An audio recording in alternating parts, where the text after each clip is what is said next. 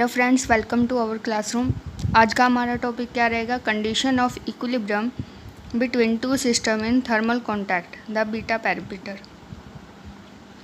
यानी हम उनकी कंडीशन ऑफ इक्विलिब्रियम बिटवीन यानी दो सिस्टम जो हमारे थर्मल कॉन्टैक्ट में रहेंगे उनके हम कुछ कंडीशन बताएंगे। तो देखो, the two system which are capable of exchanging heat among themself, यानी जो दो सिस्टम कैपेबल हैं अपनी हीट को एक्सचेंज करने में, तो उसको हम क्या कहेंगे? थर्मल कॉन्टैक्ट, है ना।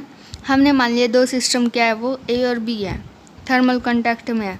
Net this system are specified volume, इसका वॉल्यूम वी है, इसका वी डैश है, ठीक है। और टोटल एनर्जी है, इन दोनों की टोटल एनर्जी यानी इन दोनों का मिला के जो हमारी एनर्जी रहेगी वो कितनी रहेगी? E T. और फिर फर्दर हमने बताया कि इसकी एनर्जी ई है, इसकी एनर्जी ई डैश है, ठीक है। इन इक्विलिब्रियम स्टेट, ये दोनों कैसे हैं? इक्विलिब्रियम स्टेट में हैं। तो हमारी जो टोटल एनर्जी है ना, वो इन दोनों की मिला के हमने बताई थी, हमारी टोटल एनर्जी ई टी है, इसकी ई है, इसकी ई डैश है। तो ये मतलब टोटल क्या है? ई प्लस ई डैश। अब यहाँ से हम ई डैश की वैल्यू निकालेंगे तो वो क्या आएगी? ई टी माइनस में ही वही लिखी हुई है। The probability of the event A and B having energy E at E dash respectively will be maximum, यानी इनकी प्रोबेबिलिटी मैक्सिमम कब होएगी? जब ये दोनों क्या होंगे? इक्विलिब्रियम में होंगे, है ना।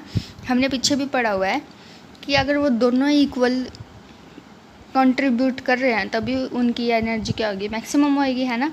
हम मोस्ट प्रोबेबल निकालते हैं n/2 यानी दोनों इक्वल होने चाहिए, है ना। तो यहाँ पे भी इक्विलिब्रियम की स्टेज होनी चाहिए, तभी हम कहेंगे कि प्रोबेबिलिटी हमारी क्या रहेगी? मैक्सिमम रहेगी। Probability of the system depend upon the number of the microstate in a particular energy state. So the probability of the system A possessing energy E, यानी जो प्रोबेबिलिटी हमारे सिस्टम की वो किस पे डिपेंड कर रही है? Number of the microstate in a particular energy state, यानी जो हमारे माइक्रोस्टेट के नंबर हैं उन पे। Probability of the system A possessing energy, यानी ए जो हमारा सिस्टम है वो प्रोबेबिलिटी ई पे क्या पोजेस करता है? देखो ये वाली P E equal to C W E, ये हमने रिलेशन कर रखा है ना, पी इक्वल टू W/2n, है ना। लास्ट में हमने पढ़ा था। अब ज़रूरी तो नहीं n पार्टिकल हो और 2 कंपार्टमेंट्स में डिस्ट्रीब्यूट हो, वहाँ पे तो हमें कंडीशन दे रखी थी कि हमारे n पार्टिकल्स हैं और दो कंपार्टमेंट में हमने डिस्ट्रीब्यूट करने थे। लेकिन यहाँ पे हम कुछ नहीं कह सकते कि सिस्टम में कैसे पार्टिकल्स हैं, कितने में कंपार्टमेंट में हमने उनको रखा हुआ है। तो यहाँ पे जो 1/2n है इसको हमने c मान लिया, है ना। तो यहाँ पे ये वही लिखा हुआ है P इक्वल टू CW, है ना। अब यहाँ पे उसकी एनर्जी कितनी है? ए वाले में, ए सिस्टम में तो ई है, तो ई की फॉर्म में हम बता देंगे प्रोबेबिलिटी को, और डब्ल्यू को भी हम बता देंगे ई की फॉर्म में। तो सी हमारा क्या हो गया? कांस्टेंट हो गया। डब्ल्यू क्या है? Number of the microstate in a system, है ना। डब्ल्यू क्या होती है? अपनी थर्मोडाइनमिक प्रोबेबिलिटी। थर्मोडाइनमिक प्रोबेबिलिटी क्या कहती है? Number of the microstate in a given macrostate, है ना। तो वही है number of the microstate in a system in a energy range, जिसकी एनर्जी कहाँ से कहाँ तक है? ई से ई, यानी कुछ चेंज हुआ, स्मॉल चेंज। सिमिलरली हम बी की बताएंगे जिसकी एनर्जी ई डैश है। सिमिलरली ऐसे ही चलेगा, बस यहाँ पे ई डैश, यहाँ पे कांस्टेंट भी सम डिफरेंट, यहाँ पे डब्ल्यू डैश ई डैश, ठीक है। अब हम कंपोजिट इवेंट की जो प्रोबेबिलिटी बताते हैं वो क्या होती है? Product of probability of individual and independent, यानी कंपोजिट इवेंट के हम कैसे बताते हैं कि जो अलग अलग प्रोबेबिलिटी है अलग अलग उसकी सिस्टम की। तो हमने देखो दो थे हमारे सिस्टम ए और बी जिनकी प्रोबेबिलिटी ई थी और ई डैश थी, तो दोनों को हमने मल्टीप्लाई कर दिया। ये हमारी क्या आ गई? कंपोजिट प्रोबेबिलिटी, कंपोजिट इवेंट की प्रोबेबिलिटी, ठीक है। तो हमने इनको मल्टीप्लाई किया तो सी डैश का ले लिया, डब्ल्यू डैश ई डैश। अब हमें पता है कि जो अभी देखा था हमने, basic principle of statistical physics mechanics for the two system to be in equilibrium, अगर हमारे दो सिस्टम इक्विलिब्रियम में हैं तो उनकी जो कंपोजिट प्रोबेबिलिटी होगी वो क्या होगी, मैक्सिमम हो जाएगी। दोनों को मिलाकर जो हमारी प्रोबेबिलिटी होगी वो मैक्सिमम होगी जब इक्विलिब्रियम की स्टेज होती है ना। तो मैक्सिमम निकालने के लिए सबसे पहले ये याद रखना है, क्योंकि हम सेकंड यूनिट में भी यही देखेंगे कि अगर हमें मैक्सिमम निकालना हो कुछ भी प्रोबेबिलिटी का, तो सबसे पहले हम लॉग लेंगे, फिर डिफरेंशिएशन, फिर उसको देखेंगे कि क्या आ रहा है। ठीक है, तो पहले लॉग ले लेते हैं, पहले लॉग फिर डिफरेंशिएशन। ठीक है, ये याद रखना, पहले लॉग ले लिया। ठीक है, दोनों तरफ। तो लॉग, ये लॉग यहाँ पर भी लॉग, यहाँ पे भी लॉग, ये तो देखो सिंपली हो गया। ठीक है, यहाँ पे हमारे चार ये हैं, चार टर्म्स हैं जिनको हम लॉग में लिखेंगे तो ये प्रोडक्ट में आ जाएंगी। अब लॉगरिथम की प्रॉपर्टी लगा देंगे, अगर प्रोडक्ट में है तो वो एडिशन में हो जाते हैं अलग अलग सेपरेट, तो हमने ये लगा दी। अब क्या करेंगे, डिफ्रेंशिएट करेंगे विद रिस्पेक्ट टू ई और इक्वेट कर देंगे ज़ीरो के। ठीक है, इसको पहले ई से डेरिवेटिव करेंगे और फिर ज़ीरो के इक्वल रख देंगे। तो पहले ई से डेरिवेटिव किया, क्योंकि यहाँ पर भी इस टर्म में हमारा ई है, इसमें ई नहीं है तो ज़ीरो हो गए, कांस्टेंट टर्म होगी, ये भी कांस्टेंट टर्म होगी, ज़ीरो। यहाँ पे ई है तो डेरिवेटिव कर देंगे इसका। यहाँ पे भी देखो ई तो नहीं है, लेकिन इसको हम चेन रूल के अकॉर्डिंग कर सकते हैं कन्वर्ट। आगे देखेंगे, देखो ऐसे लिख दिया इसको, ई के रिस्पेक्ट में इसका डेरिवेटिव हो रहा है।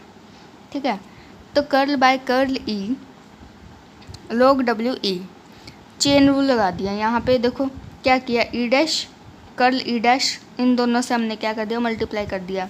यानी यही होता है ना चेन रूल हमारा, कि ऐसे कर रहते हैं कि हमें ना अगर curl Y by curl T बताना हो और हमें पता है वाई जो हमारा एक्स के टर्म में दिया हुआ है, तो हम उसको ऐसे बता देते हैं, curl by curl X by curl T, है ना।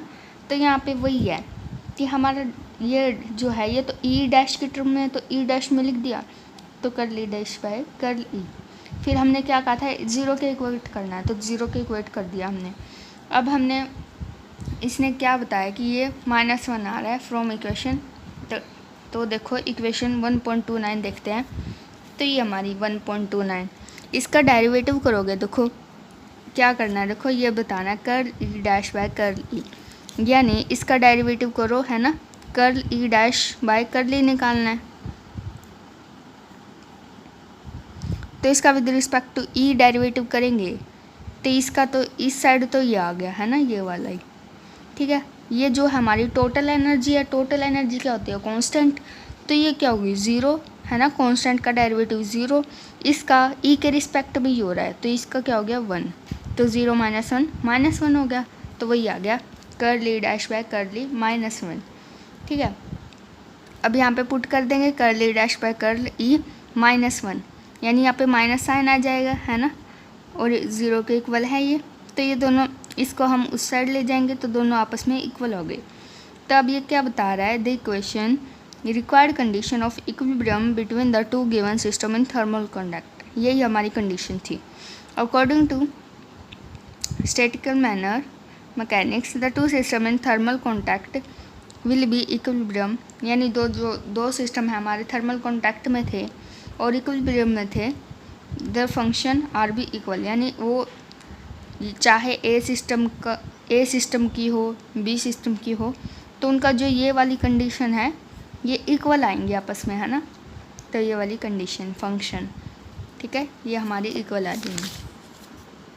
अब देखो बीटा पैरामीटर और इसके सिग्निफिकेंस, जो हमारा फंक्शन आया था ना, ये इक्वल आया था सभी के, मान लेंगे हमें अभी प्रूव किया रिप्रेजेंट बाय बीटा ई, हमने मान लिया कि ये हमने बीटा ई से रिप्रेजेंट कर दिया, ई वाली टर्म को बीटा ई से, ठीक है, और ई डैश वाली थी जो उनसे, उसको बीटा डैश ई डैश से हमने कंपेयर कर लिया।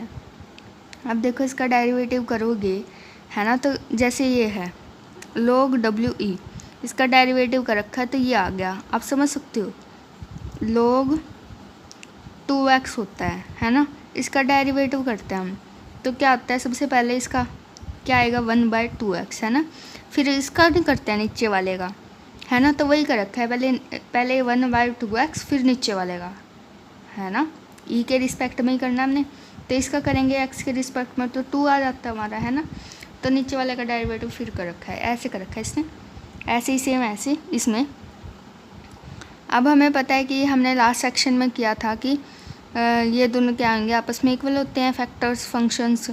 Beta has the dimension of the reciprocal of the energy for thermal equilibrium, है ना। हमने लास्ट उसमें देखा था कि ये दोनों क्या फंक्शन क्या है, हमारे इक्वल है तो ये भी इक्वल हो जाएंगे, है ना। तो हमने इक्वल दिखा दिया। अब थर्मल इक्विलिब्रियम में है हमारा, तो टेम्परेचर क्या होगा, सेम होएगा दोनों का, है ना। थर्मल इक्विलिब्रियम में हमारा टेम्परेचर क्या होता है, सेम होता है सिस्टम से। According to statical mechanics equality of the temperature in दो टेम्परेचर से हमें क्या पता लग रहा है कि जो हमारा बीटा है वो भी हमारा इक्वल आएगा, यानी 1/बीटा हमारा क्या होता है के टी, और 1/बी डैश बीटा डैश के टी डैश, ठीक है। के हमारा कांस्टेंट है, इसकी डायमेंशन ये है, ठीक है। और कांस्टेंट के इज बोल्ट्जमैन कांस्टेंट, ये आपको सब पता है। के हमारा क्या होता है R/n, R क्या है gas constant, 1 mole of the gas, N क्या है एवोगैड्रो नंबर। तो आज हम इतना ही करेंगे, बाकी का नेक्स्ट। Thanks for watching. अगर आपको कोई भी डाउट हो तो आप कमेंट बॉक्स में कमेंट कर सकते हो। Thank you.